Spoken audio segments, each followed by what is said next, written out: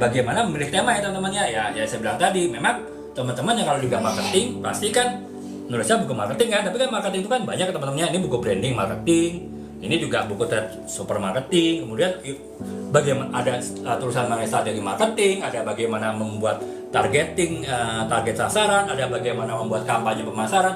Jadi banyak topik ya teman-teman dalam marketing ya. Sama kalau teman-teman di bidang HRD tentu banyak ya, bidang psikologi ya teman-teman harus bisa tulis gitu. Ataupun kalau teman di finance, ilmu finance itu sangat luas ya, teman-teman bisa menulis banyak topik ya. Nah, dari sekian banyak topik yang teman-teman ada di bidang profesi teman-teman ya, teman-teman bisa memilih ya topik yang menurut teman-teman itu menarik untuk ditulis dan relevan dengan target pembaca teman-teman gitu. Nah, cara untuk memilih tema itu ada beberapa macam teman-teman ya. Secara ringkas, secara sederhana tuh ada 3. Yang pertama adalah teman-teman sesuaikan dengan minat dan keahlian ya. Jadi artinya ya ini kayak seperti saya menulis buku trade marketing, saya sangat berminat di trade marketing. Karena apa?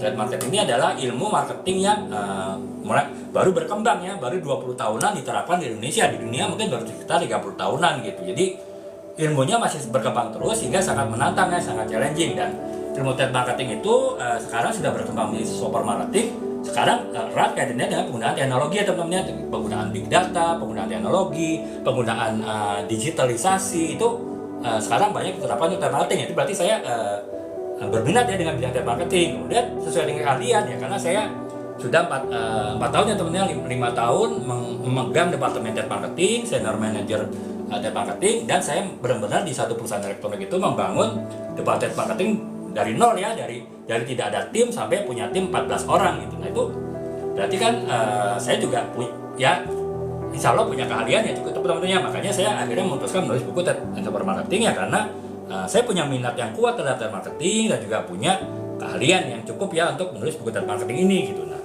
kemudian yang kedua teman-teman, relevansi dengan isu ya teman-teman. Jadi artinya ya teman-teman jangan menulis sebuah buku walaupun itu terkait dengan keahlian teman-teman, tapi buku itu juga relevan dengan zaman sekarang. Misalnya teman-teman di bidang komputer gitu ya, teman-teman di bidang komputer kan sekarang sudah bicaranya AI kan. Mungkin kalau teman-teman nulis AI itu relevan dengan masa sekarang gitu. Tapi kalau mungkin teman-teman bukan nulisnya AI, tapi teman-teman menulis bagaimana membuat programming dengan menggunakan DOS gitu kan. DOS itu kan sebelum ada Windows kan. Nah, itu kan berarti kan udah nggak relevan ya. Nggak ada sekarang orang yang pakai DOS gitu kan untuk membuat programming data misalnya, programming program komputer gitu kan, pasti menggunakan software yang lain ya teman-teman. Ya jangan menulis dengan menggunakan DOS, tapi gunakanlah menulis dengan menggunakan software-software yang sekarang masih dipakai ya, software-software yang sekarang berkembang gitu. Jadi itu teman-teman harus menetapkan topik itu relevansi dengan isu-isu yang ada sekarang ya di bidang keahlian teman-teman gitu. Nah, yang ketiga teman-teman harus itu penting bagi pembaca ya teman-teman. Nah, jadi jangan teman-teman menulis buku yang mungkin relevan dengan isu sekarang tapi tidak menarik bagi pembaca ya. Jadi ya seperti saya nulis buku trade marketing ini, kenapa? Ini buku trade marketing ini setahu saya di kampus pun di Fakultas Ekonomi dan Bisnis itu belum ada ya mata kuliah trade marketing gitu. Padahal sekarang posisi trade marketing itu di suatu perusahaan itu bisa sampai level direktur gitu ya. Jadi ada sebuah perusahaan asing, perusahaan consumer goods, saya nggak mau nyebut namanya, itu sekarang di bidang sales marketing ada 3 direktur ya. Dulu hanya ada 2 direktur, direktur sales dan direktur marketing. Nah sekarang di perusahaan tersebut ada direktur trade marketing gitu. Berarti kan trade marketing itu sudah satu divisi sendiri kan. Nah itu kan berarti kan sementara yang menguasai trade marketing itu belum banyak gitu kan. Jadi sehingga ya orang perlu banyak belajar tentang trade marketing. Orang butuh buku-buku trade marketing. Nah makanya buku ini kan penting bagi pembaca teman-temannya, orang-orang yang mungkin ingin mengembangkan karirnya ataupun ingin merubah karirnya ke trade marketing sebagai bidang yang saat ini menurut saya masih sangat menjanjikan ya. Nah, makanya ya ketika kita menulis suatu buku itu kita harus yakin topik yang kita pilih itu penting bagi pembaca gitu ya teman-teman.